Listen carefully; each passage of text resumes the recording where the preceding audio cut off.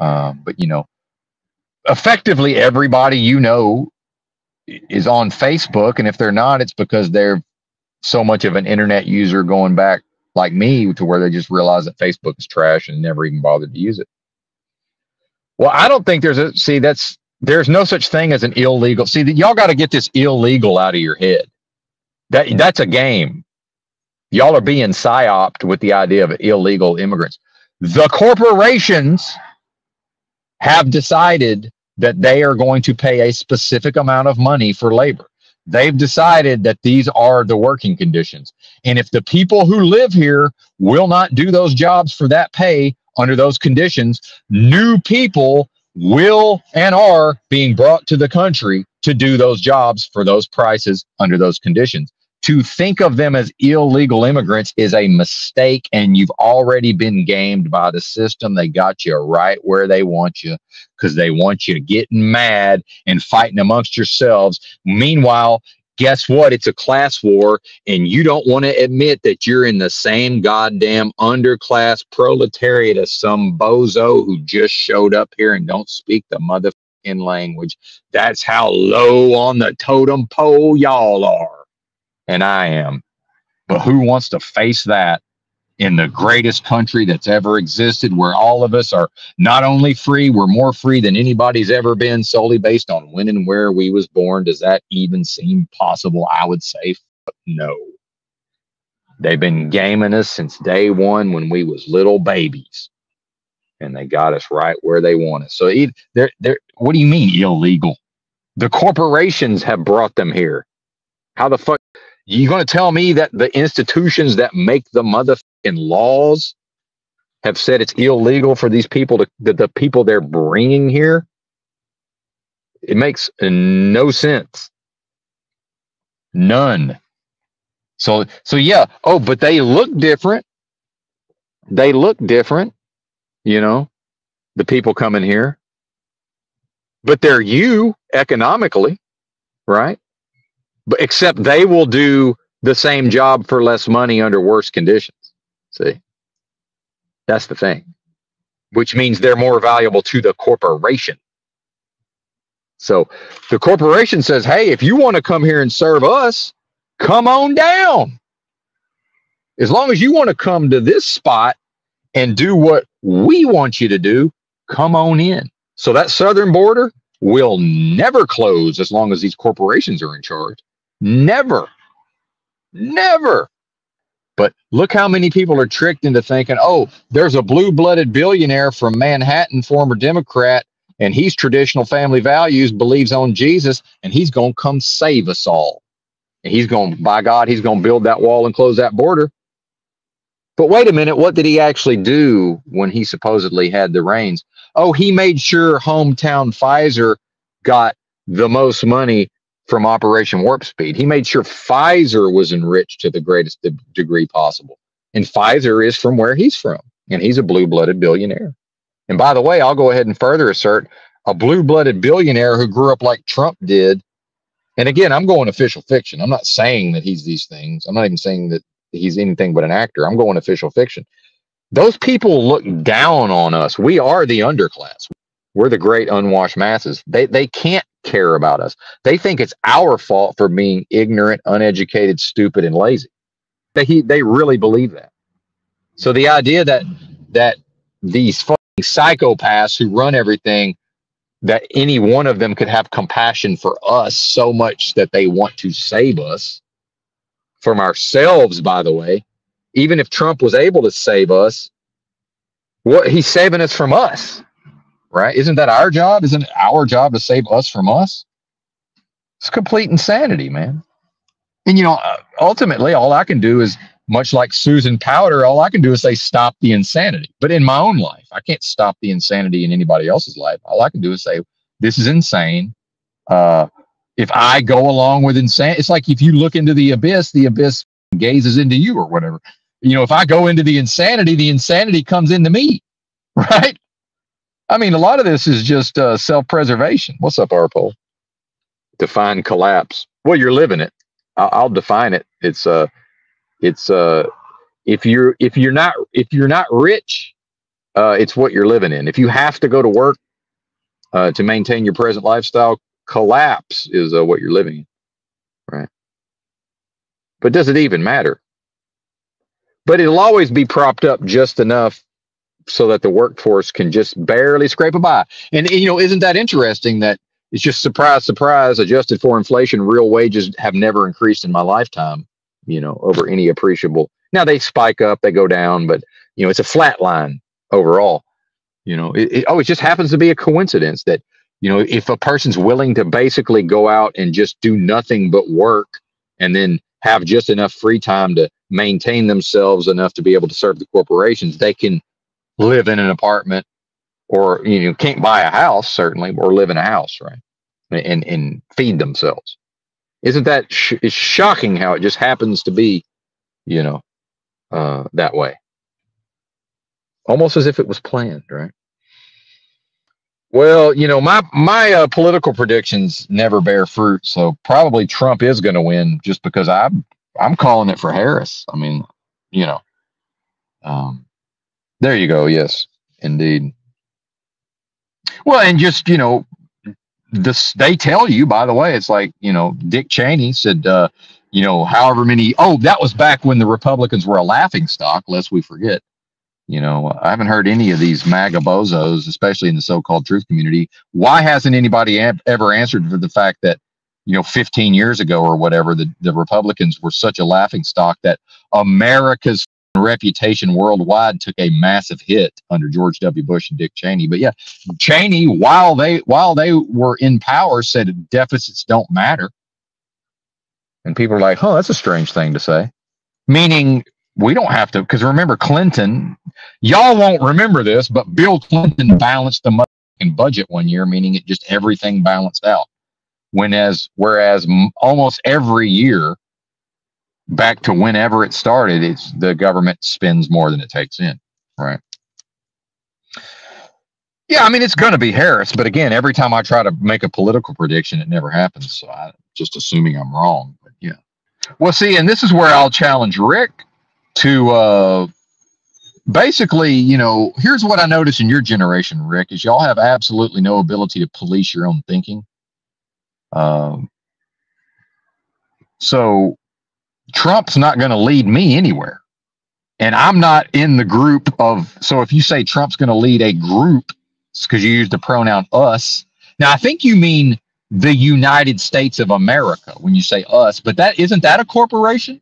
So you are already psychologically identified with a corporation at the level of your own self-identity.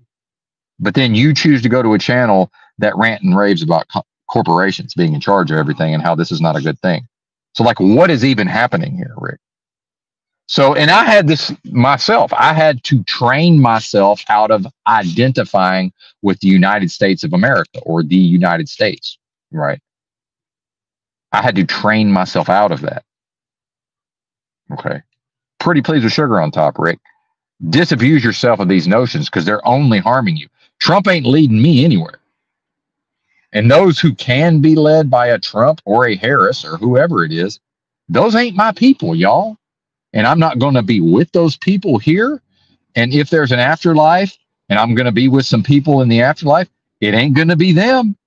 I ain't in that group. I'm not going to be in that group. I ain't got nothing to do with that group. But see, now we're back to nationalism. Now we're back to,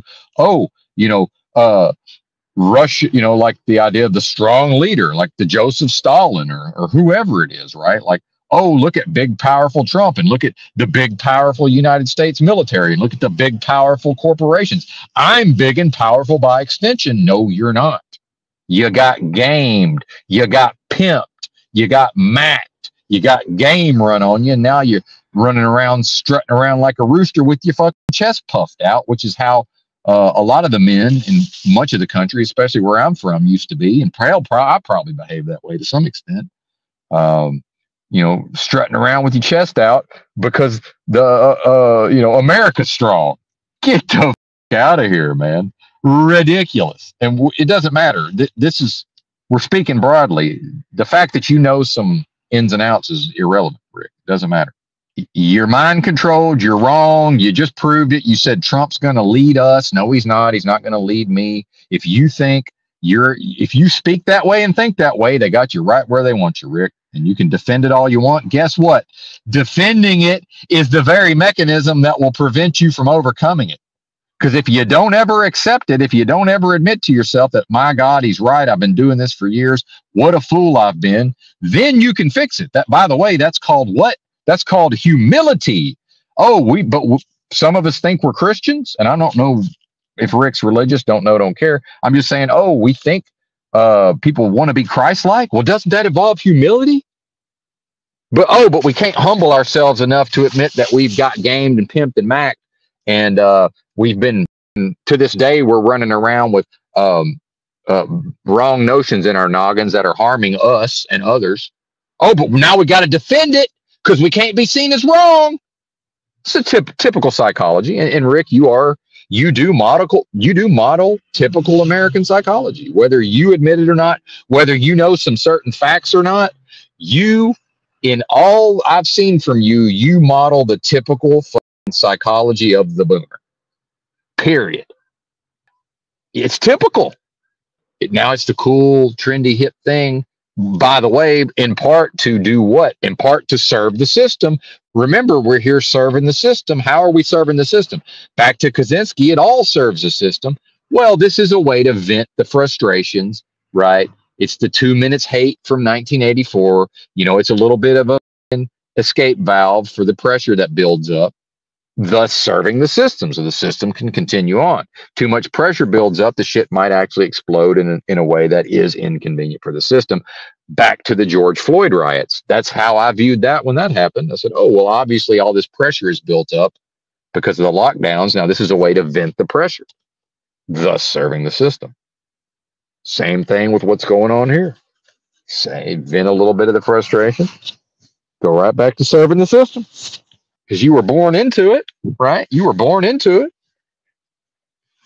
and indoctrinated from day one, and had an authoritarian structure of thinking imposed on your psychology from day one. And that's all of you. I didn't need to be born to Jehovah's Witness parents to experience that. That's every single one of us has gone through that process. Now, I ask you this, have you gone and learned some facts? Yes. Is that the same as going into your own psychology, detecting the code that's been placed there without your consent and removing said code and replacing it with your own code? Absolutely not. And you ain't done that, Rick. Bam. Well, no, Trump's going to lead some people, is leading some people. Lambs to the slaughter, right? Lambs to the slaughter. But see, humility is you show me how I'm wrong and where I'm wrong. And humility is I don't resist it. I don't defend what I used to believe. I don't defend what the, these notions that I used to suffer from, that I thought were correct. I just say, oh, wow, I've been shown the error of my ways. Thank you, by the way. Thank you for showing me the error of my ways. I'm going to humble myself in this moment and accept that, wow, another person actually understood something better than I did. Because ultimately, it all comes back to the national religion, which is consumerism, and your psychology has been programmed so that your self-image a lot of it is based on you are infallible, you know everything. Advertising has pumped you up to the point where it's psychologically almost impossible to say, wow, that person understands something and comprehends it in a way that I did not. And he shared it with me. And in this moment, instead of being humble and surrendering to truth, by the way, in the so-called truth community, no, in typical boomer fashion, it's defense after defense after defense. And that's a big part of why the boomers are probably the loneliest of all. Because who the f would want to be around that? And we can blame Gen Z all you want. I'd rather be around Gen Z than a motherfucking boomer. I'd rather be around Gen Z than a motherfucking boomer. Right? Insufferable. The worst. Just the absolute worst. Now, I don't blame them for all the problems. All the generations are fucked up.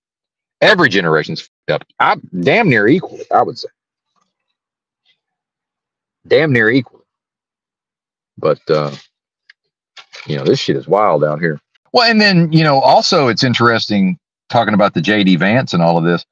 Just immediately the rollout simultaneously of the JD of the vice presidents, the vice president nominees, and the running mates they're called, and then so you had the Democrat side was apparently semen drinking horse semen, and then the JD Vance side is cross dressing. So like simultaneously, the thing that should discredit both candidates is rolled out through the media. But then because of the echo chambers, now because I'm not in an echo chamber, I saw both sides of it, right? But so the people who are in the MAGA echo chamber, even if they become tacitly aware of the JD Vance stuff, well, that's our guy. So there's always an excuse or a reason for that. Oh, just, fraternity prank, boys being, whatever it may be, that's excused while simultaneously, slandering and making fun of the other side for whatever it is that the Waltz has done. And then on the Democrat side, they're doing the exact same thing. They're excusing and ignoring and just writing off whatever Waltz supposedly did, while simultaneously making fun of Vance and saying, "Wow, can you believe this guy?" I mean, the fact that people can't see this, I'm astonished. How can people not see this? How?